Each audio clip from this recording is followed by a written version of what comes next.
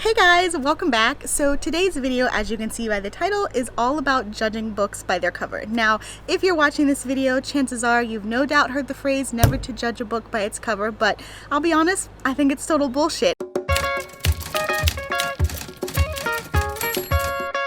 Especially since books are a business and we're such visual creatures, I feel like when it comes to book covers, that is the first impression that we get to dictate whether or not we're going to read a book. Of course, there are those opportunities where we hear about books, maybe from friends or co-workers or whoever we're getting recommendations from before we actually see the title. But for the most part, you only have the cover to go off of. I don't know about you guys, but even when I hear about a book that I want to read, if I see the cover and it's not that great, it gives me pause on whether or not I want to check it out. So I thought it would be fun to go through the current New York Times bestsellers list and just judge those books, basically. And because they're on the New York Times bestsellers list, it's safe to assume that they are good books, they're popular books, they're clearly selling, they're on this list undoubtedly for weeks on end. So it's nothing against the plot lines, but I want to be a little superficial. I want to judge the covers, and I thought it would be fun to go down this list with you guys, and I'm just gonna say whether or not I would read the book based simply off the cover. I'm not gonna give it too much thought. I looked at the list maybe like a week ago when I was thinking about this video, but in between then and now I've forgotten the books. So for the most part, I'm going into this totally blind. So let's go down the list and just start ripping into some covers, shall we? Okay, so first on the list, we got Where the Crawdads Sing. Would I read this book? Yes, I'm gonna read this book based on the cover because I like the orange gradient. There we go. Next up, we've got American Dirt. Already definitely going to say yes because I think that the book cover reminds me of really fancy tiles. I can't actually see, it looks like it's barbed wire, but I don't want to think too much about it, but because they remind me of like pretty kitchen tiles, I'm saying yes. Next, we've got Golden in Death by J.D. Robb. Yes, the gold color pops to me, and so that alone makes me want to read it. The Silent Patient, no. I know this one's popular, but this one gives me the heebie-jeebies and not in a good way. I do like the effect of like the ripped mouth, but I just noticed that there's eyes that you can see, and I don't like that, so that's a no for me. The Dutch House, another really popular book that I've heard of. No, I think it looks like a boring painting that you would find at an antique store, and I'm not into that, so sorry. Next, we've got Crooked River. No, this looks like a self-published book, and these, what are these, ravens? Birds? I don't know, but it's not grabbing my attention. Next, we've got The Guardians, and also this is a no for me. It looks like a self-published book, somebody who got a stock photo off of one of those like free stock image websites and then just slapped on some text, which I'm really shocked about, to be honest, that it's a John Grisham book and he's huge, but whatever.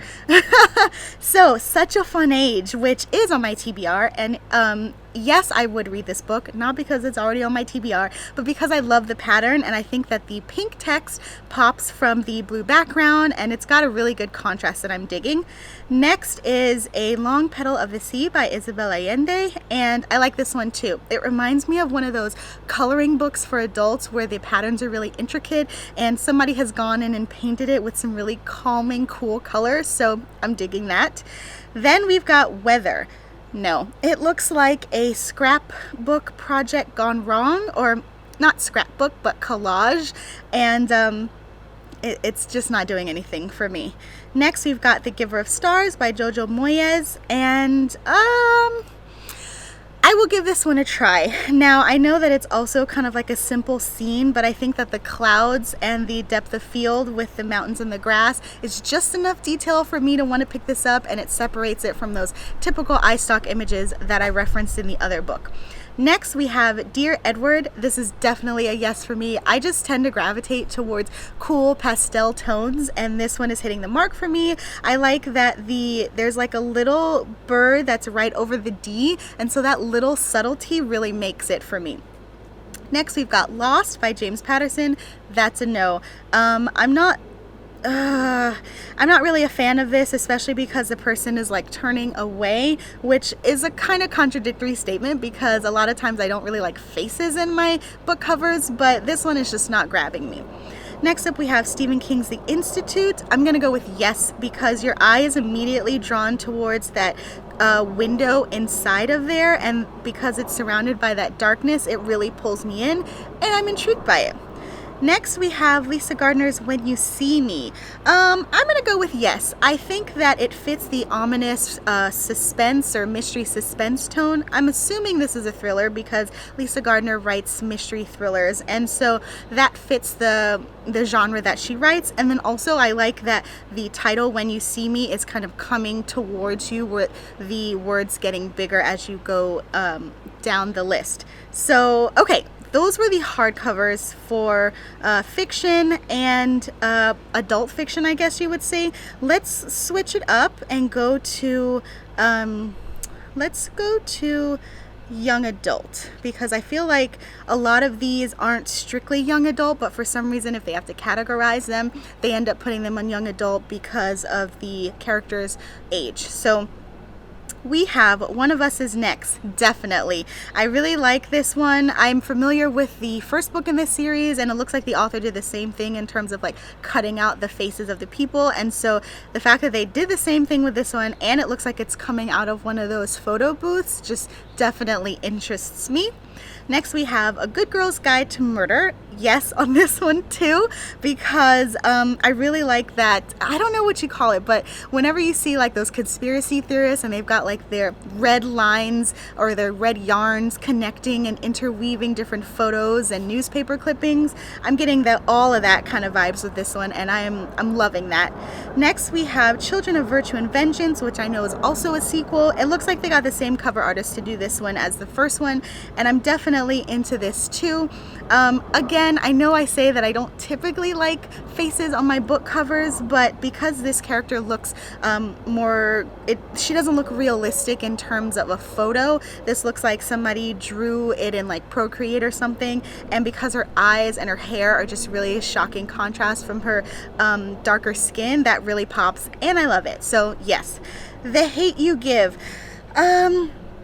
I'm gonna go with yes, because I like the pop graphic design of this. It looks like, again, something that you might draw on your iPad or in Procreate or something like that, and I really like that style that that they're doing on book covers these days. Next, One of Us Is Lying, which is the first book that I was just referencing, and you can see again that they cover the faces. This is definitely also a yes for me, and I just noticed actually that not only do they cover the faces, but the faces are covered with like crinkled up notebook paper, which is like such a good touch in my opinion. And another first book, Children of Blood and Bones. I do like this one, like I mentioned when I was talking about the sequel, and it's exactly for the same reason. You've got that great contrast between the stark white, the darker skin, and the light eyes. In this case, also the red kind of headwear that they're wearing also pops, and I really like that. Next we have Infinity Sun. I know I'm taking too long trying to figure this out, but I'm gonna go with no. And the reason that I'm gonna go with no, which again, superficial, as is the whole point of this video, is because I don't like the way that the scales or the feathers are drawn on this dragon eagle thing, so I'm gonna pass. Next we have 5 Feet Apart, which, ooh, yes, I love this.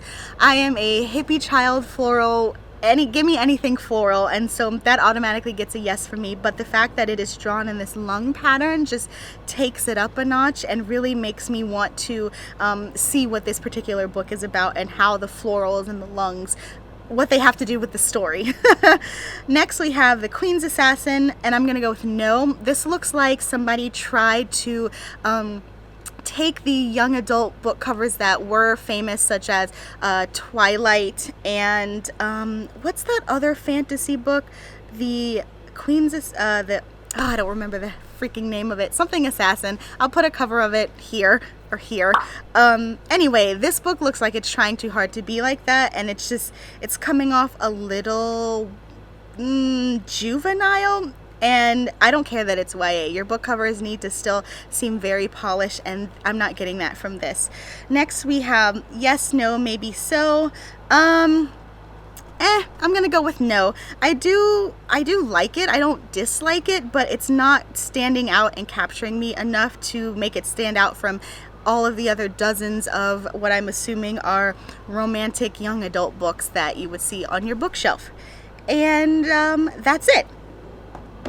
Okay, so there you have it. I know that this was short, but you know, as you guys know, there's different facets of the New York Times bestsellers list, but I figured I would go through what I believe are the 2 currently most popular ones. I hope you guys enjoyed this video. Please let me know which of these covers you liked or didn't like, if you have read any of these books. I will say, full disclaimer, I actually haven't read any of these books that we went through, but that's totally okay, because I feel like if I did, then that might have skewed my judging their book cover. But at the end of the day, even though I do judge books by their covers in some instance, a lot of times I will totally dismiss that, because I think that naturally it's the plot and the storyline that really make up the story and would compel me to pick it up. In terms of like reviews versus book covers, I think I actually rely more heavily on book covers than I do reviews. If you guys saw my last video, you know that I don't actually read reviews. I don't like to be skewed. I will look at a star rating every now and then, but you know, people's reading experiences are so different from one another that I don't want somebody else's thoughts, be them good or bad, to affect how I think about a book. And so by that, I only use book covers if I'm gonna have to choose one or the other, because how I feel or how I connect with the book cover, I feel would reflect maybe if I'm gonna pick up the book. I don't know, does that make sense? I feel like I'm rambling, so I'm gonna wrap it up. I hope you guys enjoyed this video, and until next time, bye!